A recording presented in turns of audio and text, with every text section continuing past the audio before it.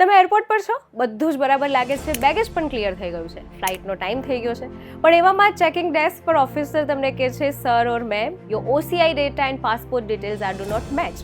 તમે ફ્રીઝ થઈ જાઓ છો, કારણ ન્યૂ બુકલેટ, ન્યૂ નંબર, તમે પાસપોર્ટ અપડેટ કરાયું, પરંતુ એ સાથે ઓસીઆઈમાં ડિટેલ્સ અપડેટ કરાવવાની રહી ગઈ. આ જ ભૂલ જે છે તે તમામ ઓસીઆઈ હોલ્ડર્સ કરતા હોય છે, પરંતુ હવે 2026ના ઓસીઆઈના નવા નિયમો આવ્યા છે.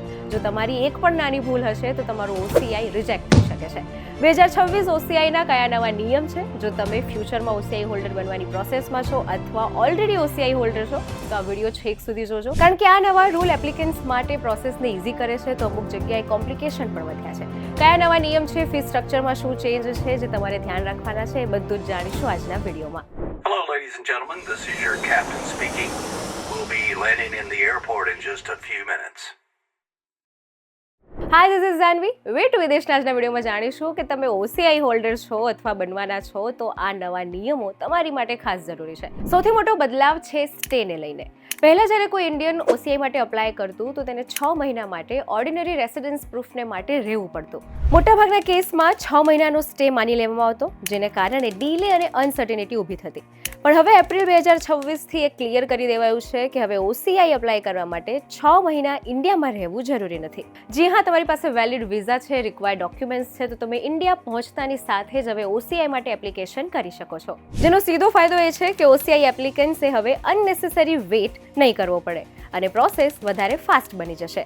વાત કરીએ ફી સ્ટ્રક્ચરની, તો ફી સ્ટ્રક્ચરને લઈને કોઈ ખાસ ચેન્જીસ નથી આવ્યા, પરંતુ અમુક જગ્યાએ ક્લિયરિટી ચોક્કસ આપવામાં આવી છે. જો તમે ઇન્ડિયાની બહારથી અપ્લાય કરો છો તો ઓસીઆઈ ફીસ $275. આ સિવાય યુએઈ, સિંગાપોર અને કેનેડા માટે અલગ અલગ ફીસ છે. અને જો ઇન્ડિયામાં અપ્લાય કરો છો તો સ્ટાન્ડર્ડ ફીસ $15,000 છે, જે ડિમાન્ડ ડ્રાફ્ટ દ્વારા નક્કી કરવામાં આવી છે અને એ રીતે પેએબલ રહેશે. આ સિવાય અમુક સ્પેસિફિક ટર્મ છે કે જેના ચાર્જિસ પણ હવે ડિફાઇન કરવામાં આવ્યા છે. રીઇશ્યુ, ડીલે ફીસ અને ડુપ્લિકેટ, આ બધા માટે અલગ ફી રાખવામાં આવી છે. પરંતુ ખાલી આ બધી વસ્તુ એક રૂલ માટે જ ડિપેન્ડ નથી, કારણ કે રૂલની સાથે હવે કમ્પ્લાયન્સ પણ વધારે સ્ટ્રિક્ટ બન્યું છે. ખાસ કરીને ફોરેન સ્પાઉસ માટે રૂલ હવે વધારે સ્ટ્રિક્ટ છે. દર વખતે પાસપોર્ટ રિન્યૂ કરવા દરમિયાન updated passport detail, updated photo, declaration પણ આપવું પડશે, જેનાથી મેરેજ વેલિડ માનવામાં આવશે. એનો સીધો અર્થ હવે એ થાય છે કે હવે ત્યાંની સિસ્ટમ જે છે તે વેરિફિકેશન પર વધારે ફોકસ કરે છે. તો આ સાથે અમુક સુવિધા પણ આપવામાં આવી છે.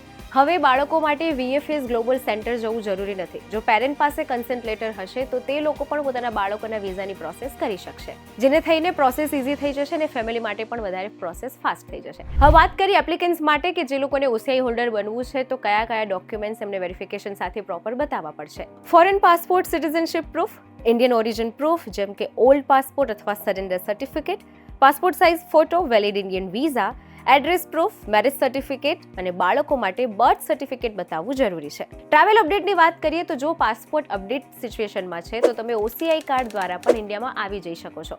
એનો અર્થ એ થાય છે કે માઇનર ટેકનિકલ ઇશ્યુને કારણે તમારું ટ્રાવેલ જે છે તે બંધ નહીં થાય. હવે વાત કરીએ કમ્પ્લાયન્સની, તો ઓસીઆઈ હોલ્ડર માટે હવે ડિજિટલ ઈ અરાઇવલ કાર્ડ જે છે તે ફરજિયાત થઈ ગયું છે. તમારે ડિજિટલ ઈ અરાઇવલ કાર્ડ બતાવવું પડશે, એ સાથે જ તમે તમારું ટ્રાવેલ જે છે તે કરી શકશો.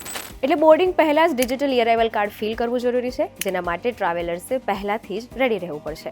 હવે આ બધું જ આપણે ઇન્ડિયન પર્સ્પેક્ટિવથી સમજીએ તો ઓસીઆઈ હોલ્ડર્સ બનવા માટે અથવા જો તમે ઓસીઆઈ હોલ્ડર્સ છો તો હવે લીગલ કમ્પ્લાયન્સ, ડોક્યુમેન્ટ્સ અને વેરિફિકેશન પર સિસ્ટમ વધારે ધ્યાન આપે છે. માટે જ તમારે તમારું કમ્પ્લાયન્સ અને વેરિફિકેશન સ્ટ્રોંગ રાખવું ખૂબ જરૂરી છે. એટલે એપ્લિકન્ટ્સે બધા જ ડોક્યુમેન્ટ્સ અપડેટેડ રાખવા, ચેક કરવા ખૂબ જરૂરી છે. પાસપોર્ટ ચેન્જને લઈને ટાઈમલી અપડેટ અને એપ્લિકેશન વખતે દરેક ડિટેલ સાચી ફિલ કરવી પણ ખૂબ જરૂરી છે. ઇન શોર્ટ, ઓસીઆઈ હોલ્ડર માટે 2 વસ્તુ પર ફોકસ કરવાની જરૂર છે. એક કે તમે જે પણ પ્રોસેસમાં વેરીફાઈડ ડોક્યુમેન્ટ કે જે પણ વસ્તુ અપડેટ કરી રહ્યા છો તે બધી જ તમારી પ્રોસેસને ફાસ્ટ કરે તેવા હોવા જોઈએ, અને આ સાથે તમારું કમ્પ્લાયન્સ સ્ટ્રિક્ટ છે. એટલે જો પ્રોસેસ ફાસ્ટ કરવી હોય ને કમ્પ્લાયન્સ ઇઝી કરવું હોય તો પ્રોપર ડોક્યુમેન્ટ્સ જે છે તે વેરીફાઈડ કરેલા, અપડેટેડ કરેલા અને ખાસ બંને મેચ થતા હોવા જોઈએ. આ પ્રમાણે પ્રોસેસ સાથે ચાલશો અથવા જો તમે કોઈ જગ્યાએ અટવાયા છે તો લીગલ એડવાઇસ લઈને એ પ્રમાણે ફોલોઅપ કરશો તો તમારી પ્રોસેસ ફાસ્ટ થઈ જશે અને તમને ઓસીઆઈ હોલ્ડર બનવા માટે અથવા જો તમે ઓસીઆઈ હોલ્ડર છો તો ક્યાંય તમને તકલીફ નહીં આવે. આવા જ ઇન્ફોર્મેટિવ વિડીયોઝ માટે જોડાયેલા રહો વીટીવી ડિજિટલ સાથે.